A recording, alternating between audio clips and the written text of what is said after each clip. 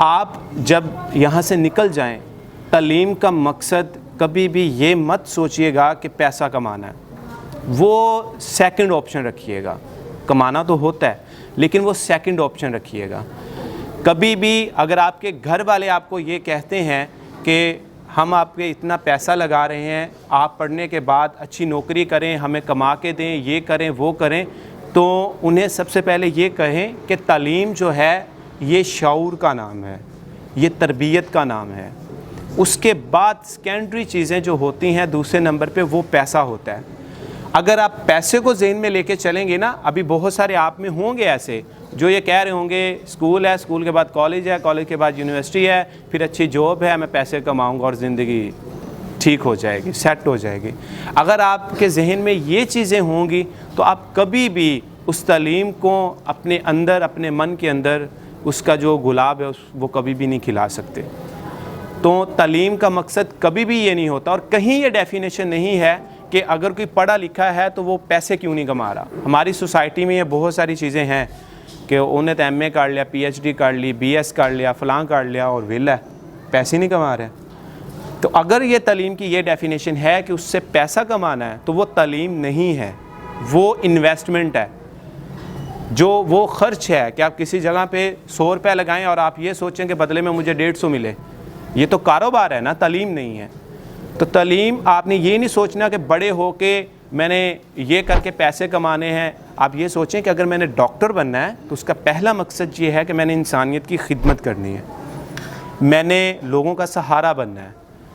اگر آپ یہ سوچتے ہیں کہ میں نے بڑے ہو کے ٹیچر بننا ہے تو آپ کا پہلا مقصد یہ ہونا چاہیے کہ میں نے تربیت کرنی ہے، اس سوسائٹی کی تربیت کرنی ہے، ہمارے جو ارد گرد لوگ ہیں ان کی اصلاح کرنی ہے، ان کی تربیت کرنی ہے. ٹھیک ہے. اگر آپ یہ سمجھتے ہیں کہ میں نے بڑا ہو کے کوئی سرکاری جاب کرنی ہے، میرے پاس کوئی اتھارٹی آتی ہے، تو آپ یہ مت سوچئے کہ میرے آگے پیچھے گاڑیاں ہوں گی، میرے پاس پروٹوکول ہوگا تو یہ اچھی زندگی ہے. پہلے آپ یہ سوچیں کہ اگر میرے پاس کوئی اتھارٹی آتی ہے تو میں اس کا صحیح استعمال کروں گی یا کروں گا. اگر میرے پاس کوئی ضرورت مند آتا ہے تو میں اس کی پہلے اصلاح کروں گا یا اصلاح کروں گی، اس کی مدد کروں گی. اگر آپ یہاں پہ آج بیٹھ کے مشکلوں میں، پریشانیوں میں آپ کی فیسز کیسے پوری ہو رہی ہیں یہ آپ کو نہیں آئیڈیا، آپ کے پیرنٹس کو پتہ ہوگا کہ وہ کتنی مشکلوں سے آپ کو پڑھا رہے ہیں، کیسے وہ آپ کی فیسز دے رہے ہیں. آپ تو یہاں پہ سکون سے بیٹھے ہیں، آپ گھر جائیں گے آپ کو کھانا مل جائے گا، آپ انہیں کہیں گے مجھے یہ چاہیے آپ کو مل جائے گا، آپ یہ بولیں گے مجھے کاپیاں چاہیے وہ آپ کو لے دیں گے، میری فیس رہتی ہے وہ بھی پے کر دیں گے، آج ٹیچر پیرنٹ میٹنگ ہے وہ بھی دے دیں گے. لیکن وہ کیسے کر رہے ہیں اس کا آئیڈیا صرف انہیں ہے. تو بدلے میں آپ نے ان کو لوٹانا ہے.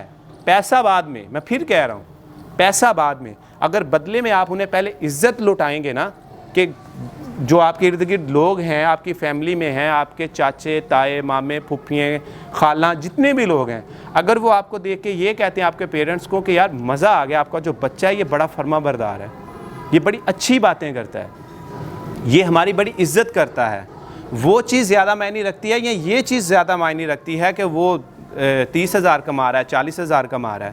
پہلی بات زیادہ معنی رکھتی ہے نا. ایسے ہی ہے نا.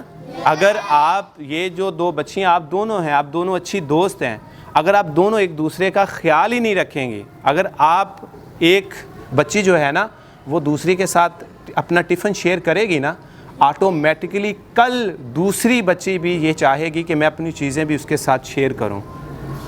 اگر اس نے میرے اوپر 10 روپے لگا کے مجھے کچھ کھلایا ہے تو میری کوشش ہے کہ میں 20 روپے لگا کے اسے کچھ کھلاؤں. یہ ہوتی ہے ہمدردی، یہ ہوتی ہے انسانیت کہ آپ کے دل میں دوسرے کے لیے خیال آئے.